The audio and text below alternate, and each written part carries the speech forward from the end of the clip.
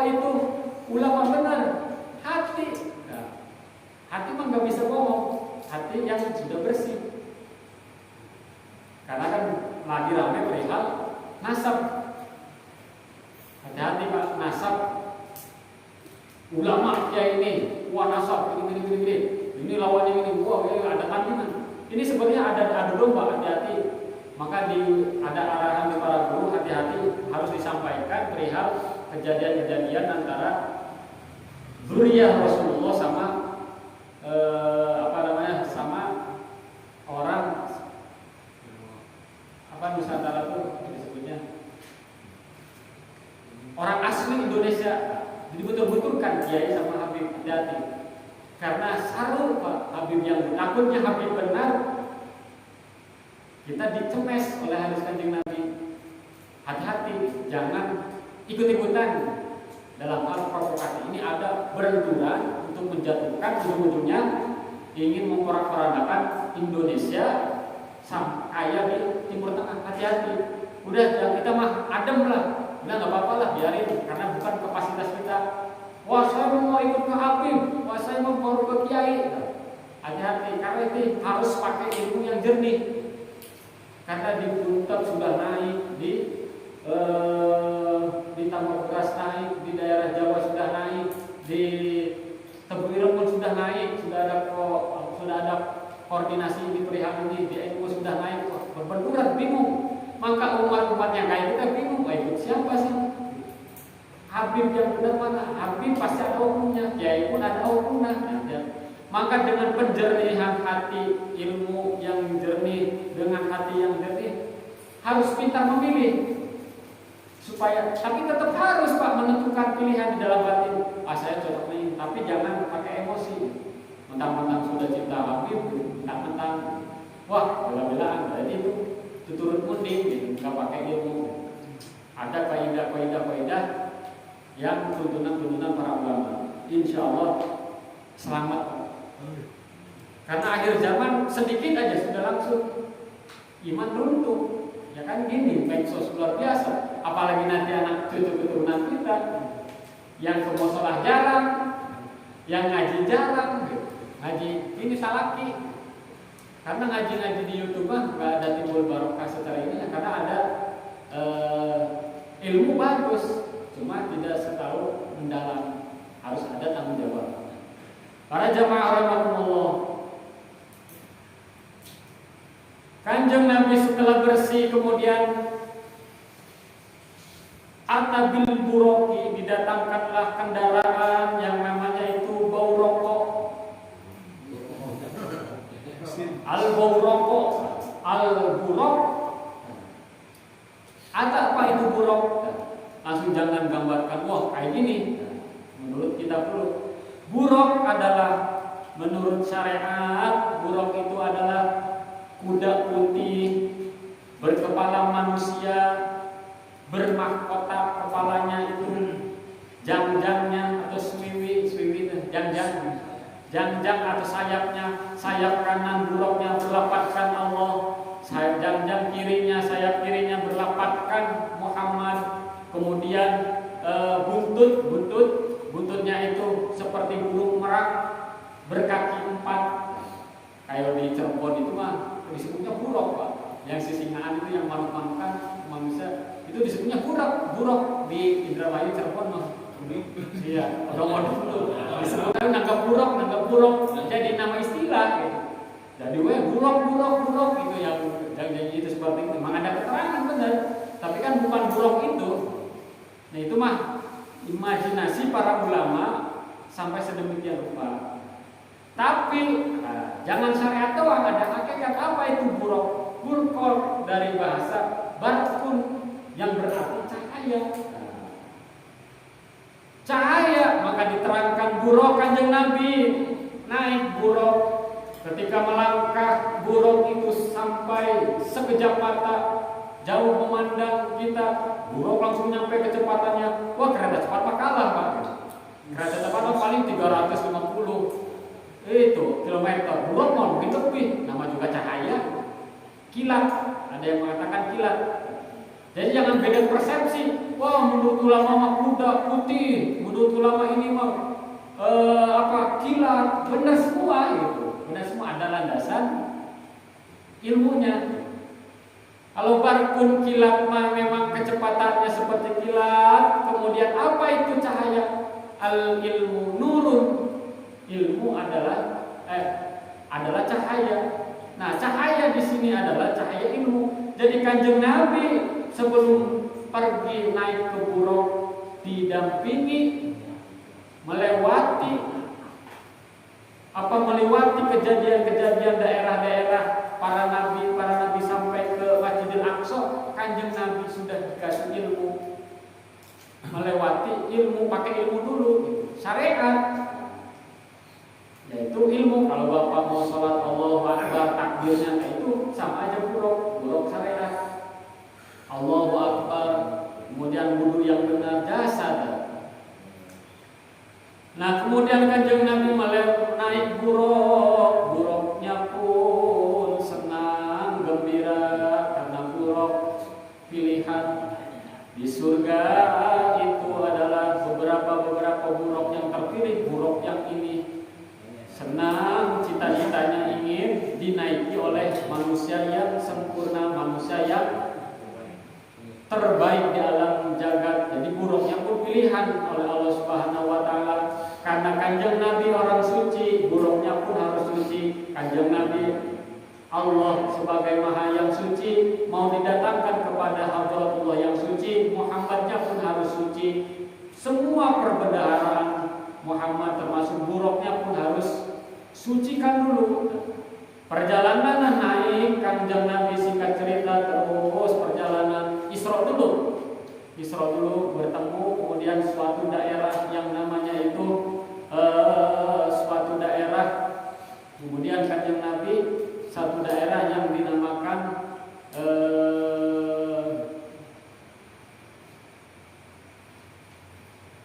tanah yang aman Yasrib, tanah kebun kurma yang dinamakan Yasrib.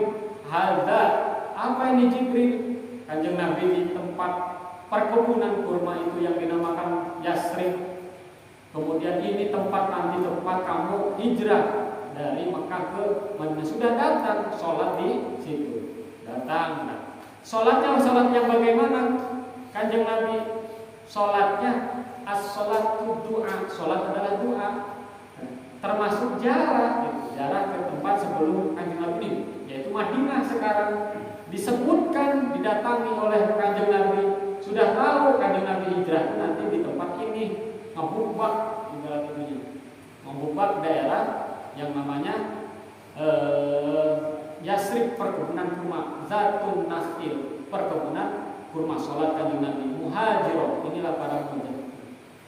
Kemudian berangkat lagi Kanjeng Nabi sampai suatu daerah Sajaratul Musa. Ketika pohonnya itu, sholat di Sajaratul Musa, sholat di situ, doa Kanjeng Nabi di tempatnya. Tafaul di daerah Madyan, tempat pohon Sajaratul Musa yang pada saat itu ketika dimi'rajkan Nabi Musa melihat Allah ketika di gunung. Kemudian Kanjeng Nabi terus naik di sholat lagi di Turisina, di negara Tursina, ketika Nabi Musa berkalam-kalam di Tursina. Jadi ngalam barokah jarak ke sini nutup jalur para leluhurnya, yaitu para nabi. Pasti nggak lama di situ menceritakan, wah di sini Kanjeng Nabi Musa gini, diceritakan muka siapa perjalanan para nabi, para rasul dahulu. Kemudian sholat di Tursina ketika Nabi Musa berkalam-kalam dengan Allah, diperlihatkan Nabi Musa melihat gunung Tursina. Disitulah Kanjeng Nabi sholat. Kemudian terus naik lagi Kanjeng Nabi nyampe di suatu daerah yang namanya Bethlehem, haitsu wulida Isa ibnu Maryam. Di Bethlehem, di tempat kelahiran Nabi Isa alaihissalam. Tabaruk, doa di Bethlehem dilahirkannya Nabi Isa alaihissalam.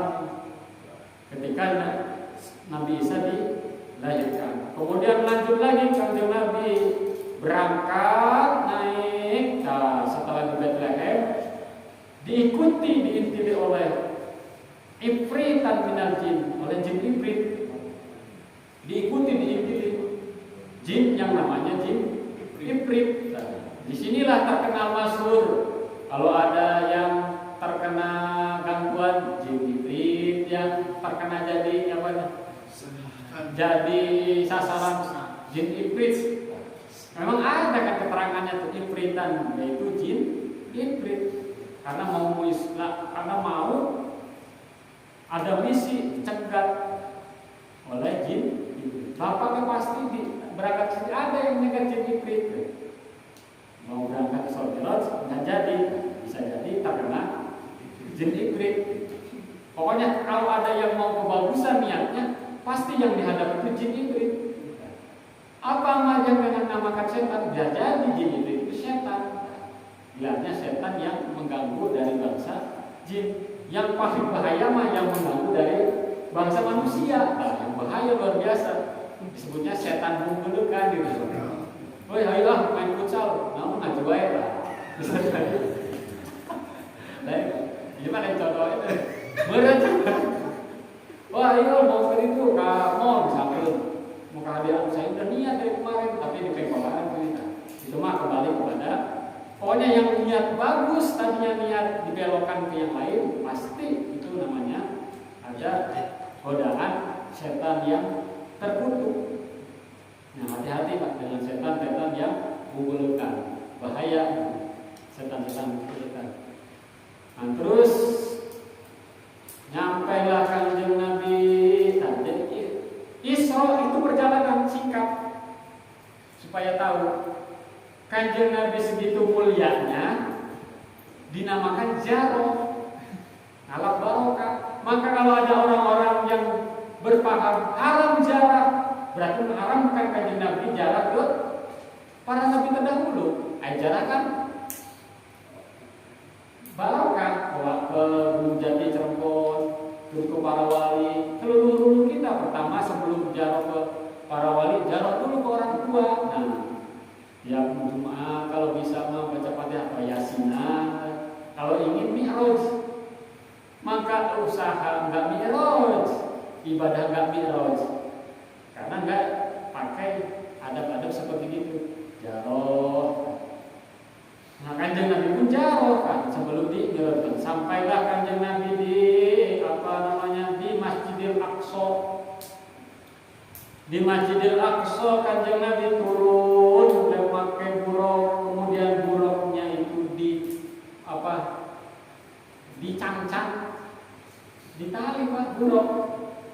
Buruk ada talinya, ada kayak kan ketika naik buruk itu digambarkan seperti kedati kuda di Jawa ada itunya gambaran itu si buruk gambarannya. Ada kedatinya, ada tarikannya, ada supirnya, di sebelahnya pun kan malaikat Mikail didampingi oleh malaikat Jibril buruk. Nah, naik kemudian diikatlah. Nah, Kanjeng Nabi pun buruk diikat. Siapa yang mau maling buruk siapa yang mau maling itu nggak tahu kan, diikat, dikunci gitu. Ini syariat karena Kanjeng Nabi jadi panutan kan, maka syariat punya motor dikunci, punya rumah dikunci. Kan ada orang-orang yang hakikat biarinlah nggak dikunci, biarin, nggak usah pakai syariat, semua punya Allah. Berarti menyulayaan syariat. Nggak pakai syariat, jangan diikuti orang-orang seperti itu. Sasar, yakin, jelas. Karena melawan dalil. Udah yakin kalau melawan dalil itu sesat. Kaidah ya mah, kaidah oleh para ulama. Maka aja jangan sono mau ada Imam Mahdi.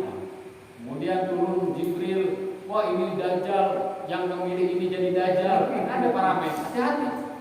Lihat ada dalil nggak tentang Dajjal, tentang Imam Mahdi. Masa Imam Mahdi begitu?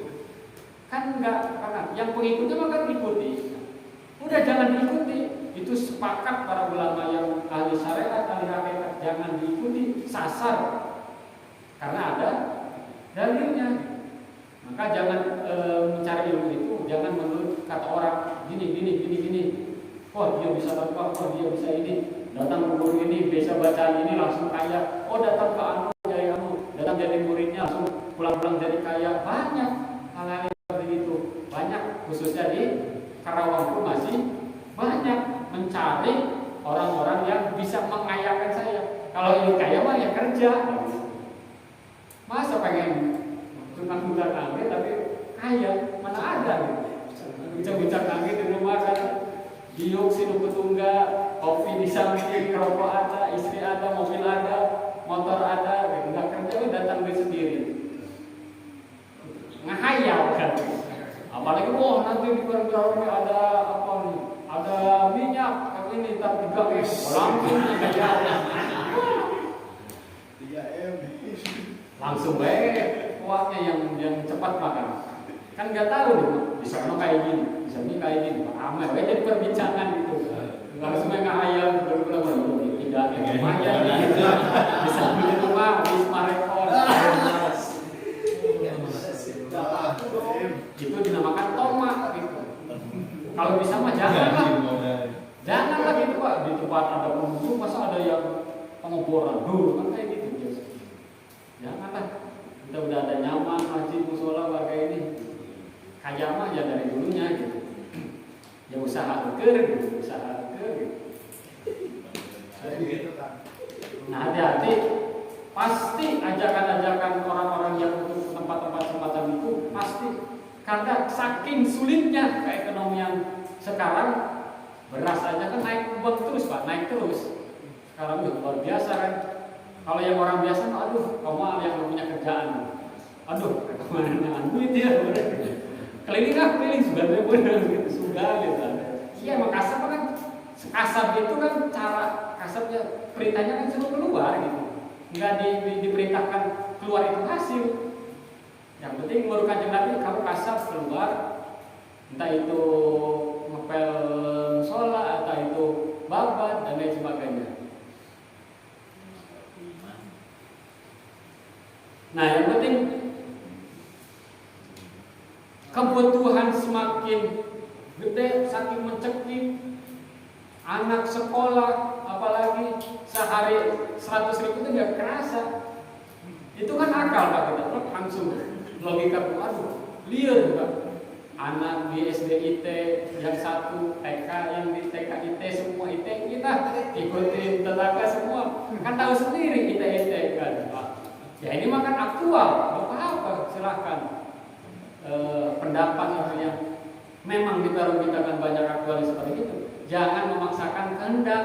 Kalau nggak mampu mah ya janganlah udah ada SD gitu. Wah si anak tetangga nggak enak di sekolahnya di IT masa Pak saya nggak di IT ya udah di IT kan setelah di IT kan pusing belum berangkat ini waduh gajinya habis nih kan memaksakan kehendak karena ingin sama orang ini nggak beda.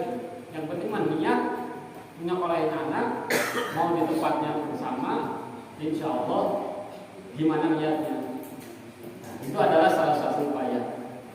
Nah, para jamaah rahmatullah naik Kanjeng Nabi, terakhir Kanjeng Nabi Mi'raj naik di situlah kumpul di Masjidil Aqsa kumpul para nabi-nabi terdahulu Ambiya sok berbaris menunggu kedatangan junjungan alam Sayyidul Wujud, Sayyidul Mursalin, Sayyidul Anbiya wal Mursalin. Datang para nabi di situ menunggu komando dipimpin sholat oleh Rasulullah. Keindahan, nah, menurut para ulama di sini sarannya keindahan kenikmatan para nabi 124.000 nabi terdahulu pada saat itulah dipimpin sholat di Masjidil Aqsa oleh Rasulullah. Allahu Akbar. Yang adanya pun adalah malaikat Adam, keempat malaikat Jibril. Di situ kesempurnaan para nabi. Para nabi dan rasul sempurna sholatnya. Kok nabi ada sholat di dalam sholat? Ya, orang yang berpikiran itu kok orang sangat kan sholat mah ada di bumi. Orang yang masih hidup. Kok nabi, para nabi yang memang keterangan seperti itu, para nabi rasul dipimpin oleh Kanjeng Nabi menjadi imam. Sholat apa itu? Anda kutip PR bukan jasad yang sholat, tapi siapa itu yang sholat yang bagaimana? Nah, ini menjadi pertanyaan. Sehingga kita langsung naik kanjeng Nabi bertemu Nabi Adam naik Mi'raj, Mi'raj syariat, Isra, kemudian Mi'raj hakikat, yaitu sholat menjemput, bertemu dengan Rasulullah. Penjajakan pertama bertemu dengan Nabi Adam alaihi salam, kanjeng Nabi bertemu Nabi Adam alaihi salam. Nabi Adam cirinya adalah ada jenggotnya itu sedada berwarna hitam. Nah, sebelum masuk kepada langit ada yang namanya itu penjaga pintu langit, yaitu apa bersama ibunya yang bernama Malaikatul Ismail. Langit dunia, Pak, namanya itu penjaganya namanya Malaikat Ismail. Hadroh, disambut ada ilmu hikmah. Di sini banyak sih Pak, kandungan syariatnya ada, kandungan hikmah, ilmu perdukunan ada di sini. Nanti jin iblis kalahnya sama ini, baca ini kalah. Kandungan hikmah, kalau ingin santet mantep, kalau pengen hujan mantep ada di sini. Menggiring hujan ada di sini, keterangannya ada, tapi harus ada dulunya. Si penggiring sedikit dibocorkan, penggiring hujan nih, sohibul hujan, yang memiliki hujan, yang mengiringkan hujan lain malaikat Mikail lain, tapi malaikat Manyail namanya, Manyail itu yang kesini kesono. Nah, kalau orang yang tahu udah malaikat, kenal malaikat, oh ini loh malaikat, bisa panggil Pak, bisa dipanggil. Jangan hujan sini, cuma ada guru itu, ada hadrohnya, ada apa namanya, ijab kabulnya lah, ada kabul itu, baru bisa yakin. Oh ini apa sih? Padahal mah setiap hari kita melihat, padahal karena kita mau tertutup hijab. Padahal tiap hari melihat, tiap hari jin lewat, malaikat lewat, padahal mah cuma kan mata ini melihatnya TikTok, lihatnya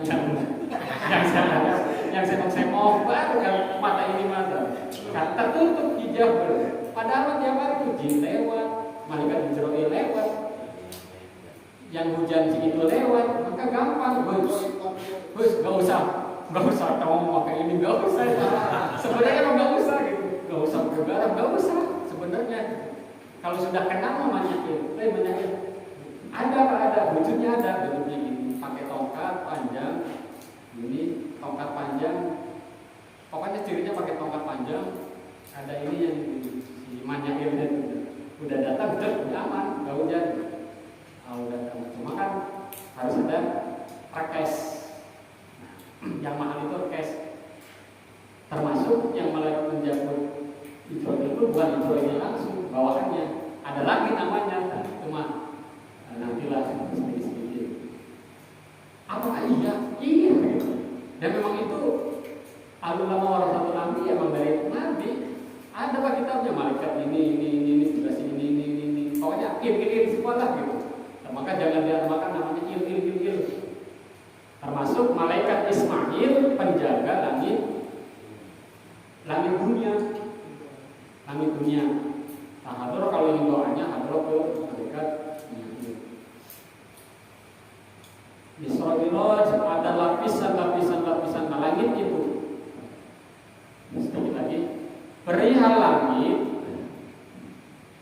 langit bahasanya itu as-samawati sumu, asal katanya alif sin mim, ismun bisa jadi nama, samawati sumu, samawi agama yang suci, samawi asal katanya sama, langit pun sama, sumu asal katanya dari sumu yang di atas. Maka para ajaran Nabi terdahulu, Nabi Ibrahim disebutnya agama samawi, agama yang luhur, agung, tinggi, di atas. Maka langit-langit disebut langit-langit. Dulu mah nggak ada itu langit, Kalau sekarang kita melihat, oh itu langit, bukan Pak. Kalau justru hijab inilah yang harus kita buka. Akal mindset syariat kita harus di apa namanya? Ketika ngaji itu jangan langit ya langit itu, bukan. Itu sebenarnya bohong. Karena berhubung itu ada di atas, maka disebut langit. Dulu mah nggak ada nama. Justru langit itu adalah pokoknya yang di atas. Maka agama samawi itu termasuk agama Islam di agama yang luhur disebut agama samawi. Menurut bahasa, nah, jadi langit itu apa? Hikmahnya Kanjeng Nabi melewati 7 lapis langit, bertemu Nabi ini, Nabi ini, Nabi ini, Nabi ini sampai terakhir Nabi Ibrahim alaihi salam sampai tembus lagi ke langit berikutnya. Disebutnya langit lagi, yaitu alam Sidratul Muntaha. Apa itu Sidratul Muntaha? Ya 3 kali lagi menurut bahasa Sidratul dari kata sin, dal, dan ro. Yang sering kita ketahui apa namanya? Sin, dal, ro. Sin, dal, ro. Sadar itu bahasa Arab Pak.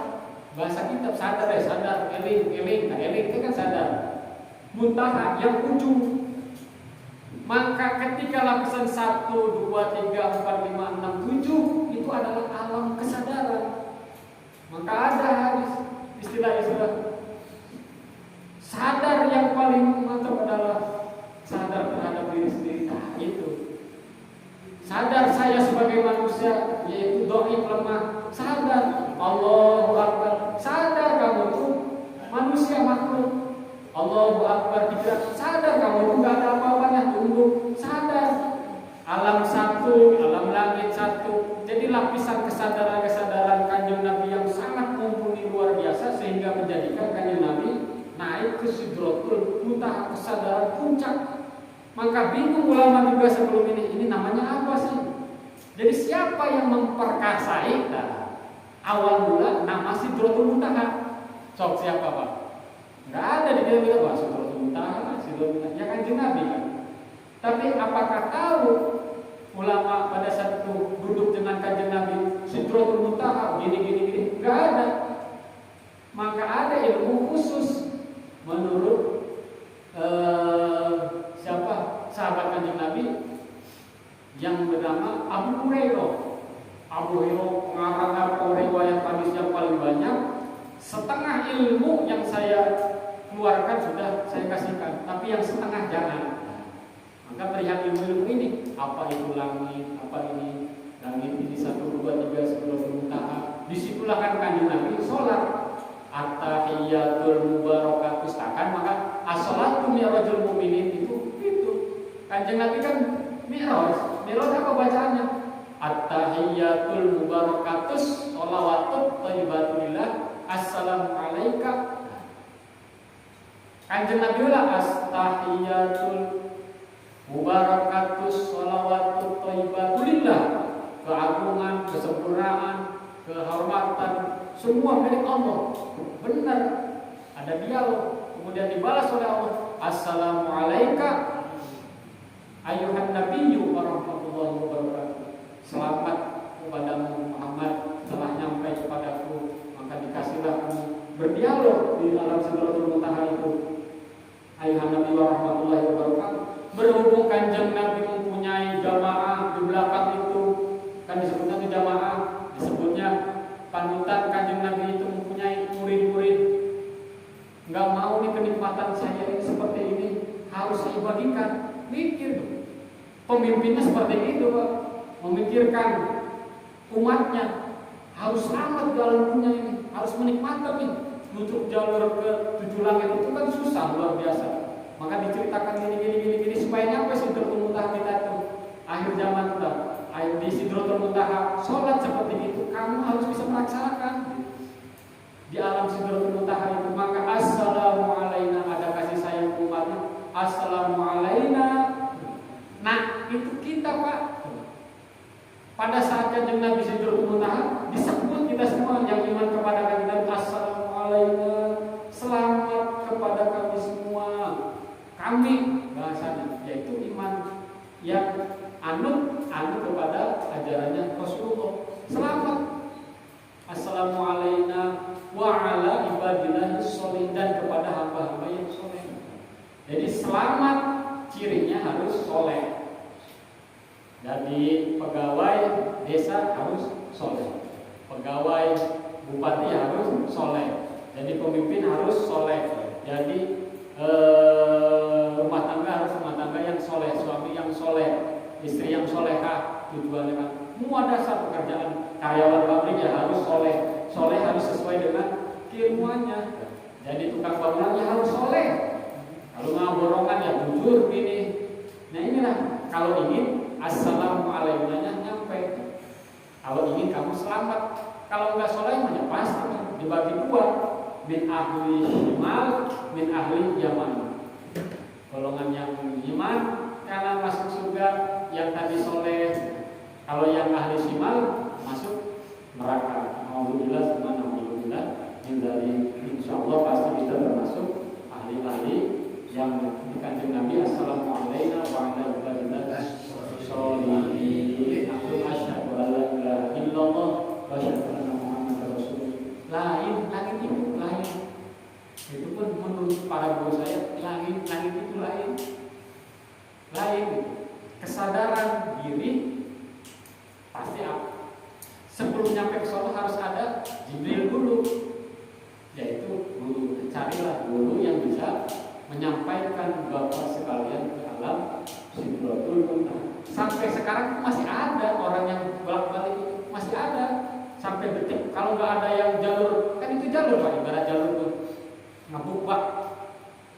Kajian Nabi turunnya lewat situ lagi, pasti langsung diwariskan kepada ulama. Ada ulama sampai akhir zaman, masih selama ada masih orang atau hamba Allah yang bisa ke Sidratul Muntaha, alam masih damai, khususnya di Indonesia masih banyak orang-orang yang inilah hikmah daripada kejadian. Bukan misalnya wah Nabi Musa turun sholatnya doang, tapi sholat hakikat adalah ini. Mudah-mudahan kita semua bisa mencermati dan mencermati mana.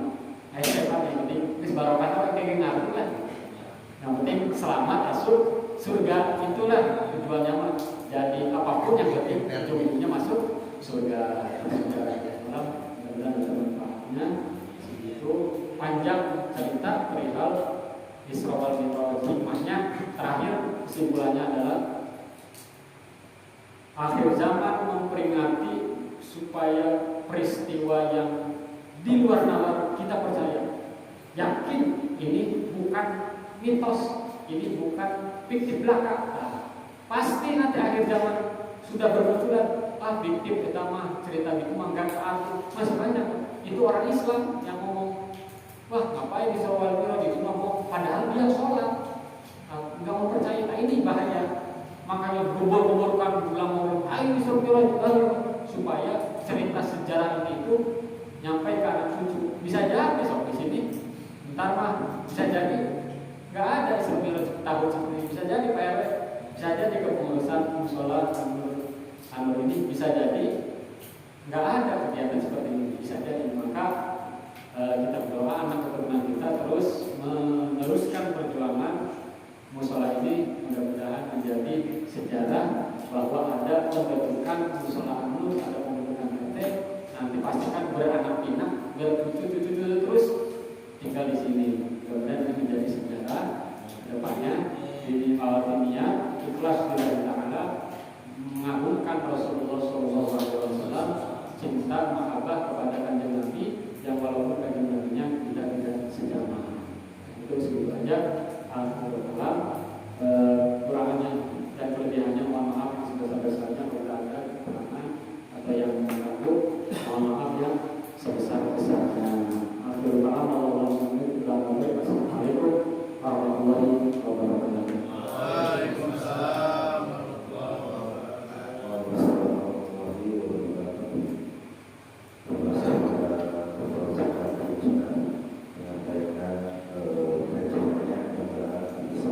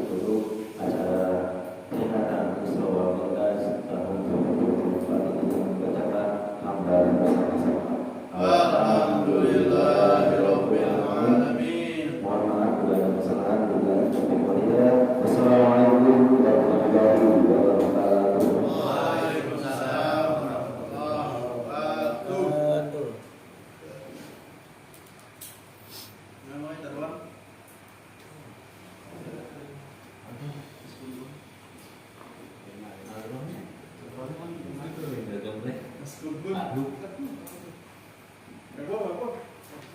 Kalau ke belakang. Ah, tapi